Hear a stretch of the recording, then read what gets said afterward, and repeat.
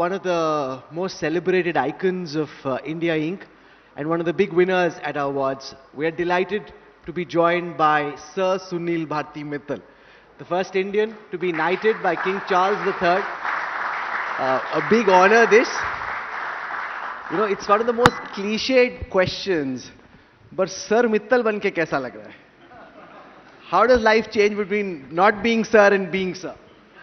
No. I thankfully, as a foreign national, I don't have to put the sir as the title, so I remain just Sunil, and that's perfectly fine. And of course, this is a rare and indeed a very special honor, and that only a handful of foreigners have received this for nearly a century. Especially, it talks a lot about India's rise on the world stage, you know. This award is as much an award for some of the efforts I have made in Indo-UK partnership, trade ties. But importantly, I think it is truly a testimony to what India is today. A recognition of an Indian is today seen as a very, I would say, an accepted form. Whereas I would say some decades back or even some years back, that would have been a very different moment. So from that point of view, I think you're seeing Indians being celebrated in various forms and shapes as CEOs of companies, as celebrated chefs around the world, as entrepreneurs, as business leaders, and of course as politicians. You know, it's also something that you've cultivated and worked on, whether it is Africa, whether it is Europe, the United States. Was this always part of your leadership plan and vision, or is this something that just happened along the way? Because while you're fully Desi in your orientation, you're trying to ensure that you have a very Videshi and global outlook.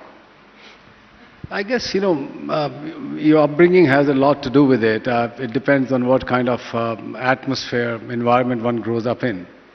As you know, I don't come from a business family, so my entire life of growing up was hardcore politics, and in later years, hardcore diplomacy.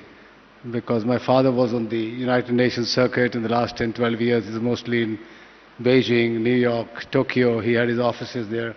So, you know, you pick up these things, kind of get seducted into what happens in the house, what goes around.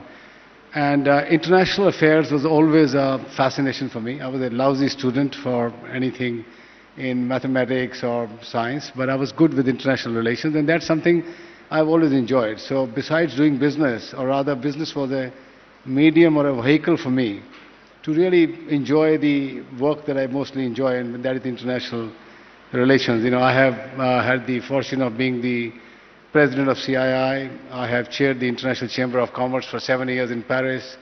I've served on the Carnegie Endowment Board, which is the foremost think tank in the world. And now I'm on the board of Council for Foreign Relations in New York, which is again a think tank. So my engagement with the UN, with the OECD, with G20 by virtue of being B20, and Africa has been pretty deep, you see. So I enjoy this, and it's quite a, you know, fortunate thing that I also create businesses alongside. Otherwise, it wouldn't have been that enjoyable.